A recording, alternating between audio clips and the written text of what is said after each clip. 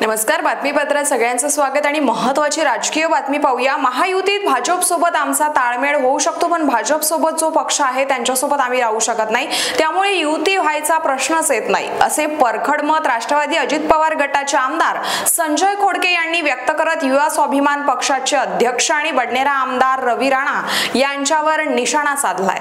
महत्त्वाची बातमी आपण पाहत आहात।